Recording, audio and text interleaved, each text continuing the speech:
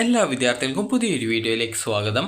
ഈ വർഷത്തെ polytechnic diploma കോഴ്സുകളിൽ ഒഴിവുള്ള സീറ്റുകളിലേക്ക് വിദ്യാർത്ഥികൾക്ക് സെപ്റ്റംബർ 9 മുതൽ സെപ്റ്റംബർ 12 വരെ അതത് സ്ഥാപനങ്ങളിൽ വെച്ച് നടത്തുന്ന സ്പോട്ട് അലോട്ട്മെൻറ്റുകളിൽ സ്പോട്ട് അഡ്മിഷനുകളിൽ പങ്കെടുക്കാവുന്നതാണ്. ഇതുവരെ അപേക്ഷ സമർപ്പിക്കാത്തവർക്കും സ്ഥാപനങ്ങളിൽ നേരിട്ട് ഹാജരായി അപേക്ഷ സമർപ്പിക്കാവുന്നതും അതുപോലെ തന്നെ സ്പോട്ട് അഡ്മിഷനിൽ പങ്കെടുക്കാവുന്നതുമാണ്. സ്പോട്ട് അഡ്മിഷനിൽ പങ്കെടുക്കാനായിട്ട് പ്രത്യേക രജിസ്ട്രേഷൻ ആവശ്യമില്ല. നിങ്ങൾ നേരിട്ട് ആ ഒരു പോളിടെക്നിക് കോളേജിൽ പോയിട്ട് ഈ രജിസ്ട്രേഷൻ ചെയ്താൽ മതിയാകും. അതുപോലെ തന്നെ വിദ്യാർത്ഥികൾക്ക് ഓരോ കോളേജിലും എപ്പോഴാണ് സ്പോട്ട് അഡ്മിഷൻ ഉണ്ടായിരിക്കുക എന്നത് സംബന്ധിച്ചുള്ള ഈ സ്പോട്ട് അഡ്മിഷൻ ഷെഡ്യൂൾ വെബ്സൈറ്റിലുണ്ട്. സ്പോട്ട് അഡ്മിഷൻ ഷെഡ്യൂൾ ക്ലിക്ക് ചെയ്ത് നിങ്ങൾക്ക് അഡ്മിഷൻ ആഗ്രഹിക്കുന്ന പോളിടെക്നിക് കോളേജിൽ എപ്പോഴാണ് ഷെഡ്യൂൾ ഉള്ളത് എന്നുള്ളത് ഇവിടെയായിട്ട് അതായത് വരുന്നതായിരിക്കും. അപ്പോൾ നിലവിൽ ഇപ്പോൾ നിങ്ങൾക്ക് ഇവിടെ ഏകദേശം കുറച്ച് മാത്രമേ കാണുന്നുള്ളൂ. അതായത് കുറച്ച് ആ ഒരു കോളേജസിൻ്റെ ലിസ്റ്റ് മാത്രമാണ്. അതായത് ഈ ഒരു എല്ലാ കോളേജിൻ്റെ ഷെഡ്യൂൾ വന്നതായിട്ട് കാണുന്നില്ല.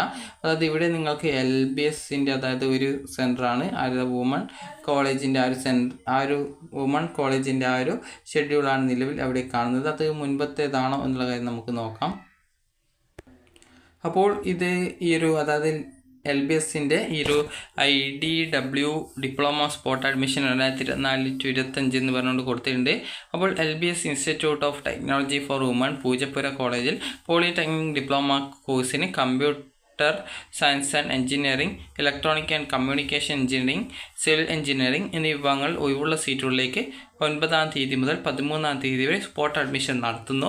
നിലവിൽ അപേക്ഷ സമർപ്പിച്ചവർക്കും ഇതുവരെ അപേക്ഷകൾ ഒന്നും സമർപ്പിക്കാത്തവർക്കും കോളേജിൽ നേരിട്ട് ഹാജരായി അഡ്മിഷൻ എടുക്കാവുന്നതാണ്.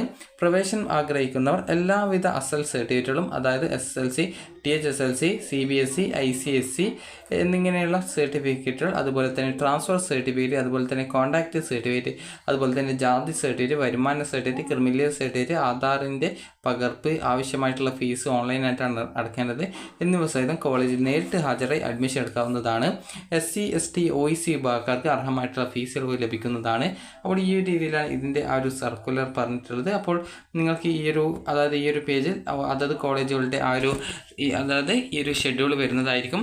അപ്പോൾ നിങ്ങൾ ഈ ഒരു 9 തീയതിക്കുള്ളിൽ അത് വരും. നിങ്ങൾ കൃത്യമായിട്ട് അത് നോക്കുക.